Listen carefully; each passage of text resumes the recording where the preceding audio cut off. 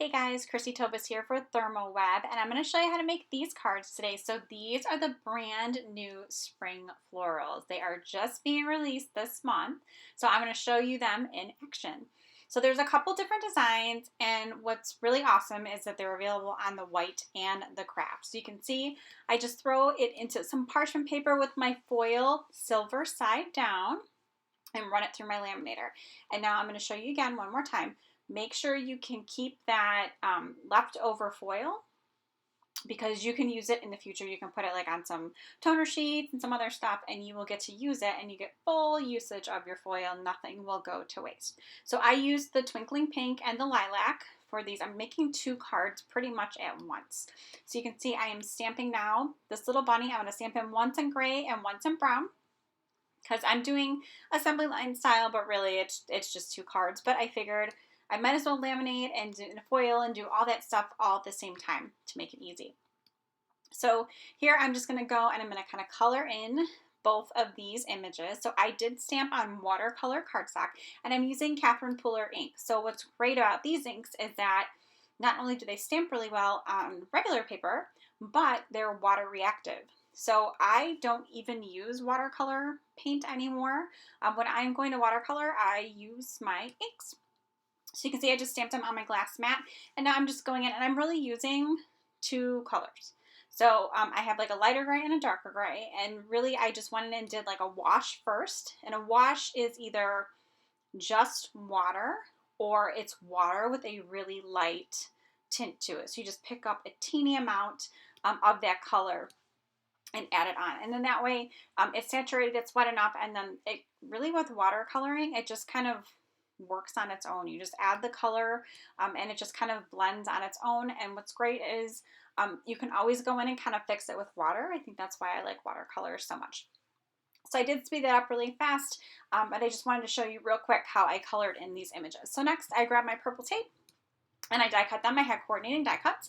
And since when I watercolored, I ended up kind of coloring over the detail on these little bunnies. So I just took a black marker and I drew some of it back in. So I just wanted to show you that it is super easy. Just make sure everything is 100% dry, not only when you do this, but also when you die cut, because you don't want to die cut something wet paper because it could tear. So I just wanted to go in and add something else to this. I felt like the rabbit wasn't going to pop enough if it was just laid on that flat panel. So I used the Kraft again, and I die cut this time, and I laminated and die cut, and this time I used Jade to go with the Twinkling Pink card, and then for the Lilac card, I just used Lilac again.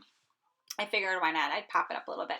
So I'm using my 3 foam squares to get those to pop up, and I'm using 2 different sizes, which I do all the time. And then for his ears, I just cut the littler size in half, and that way it was the perfect size to fit on his ears. I didn't want his ears kind of like bending down or buckling or anything like that, especially because it was watercolored, so it was a teeny bit bendy. And if you do have that problem, you can always, if you're patient enough, flatten it underneath the book or just kind of press it down. But I'm not patient, so I don't want to do that.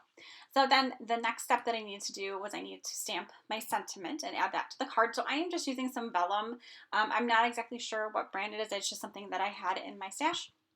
So I am using just some black ink for that. And then what's really cool is if you use an XL runner, it really does not, the adhesive does not show through onto the vellum. So that is one of the reasons why I really like my XL runners, because I do like to use vellum on occasion, and it is always tricky to try to adhere it without being able to see that adhesive, right? So the XL runner usually works for that. It always has for me, at least.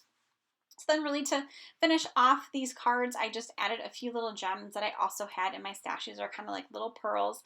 And then I just wanted to add a few little white highlights to the rabbits. So I have a white Jelly Roll pen and just kind of added those in again when everything is completely dry.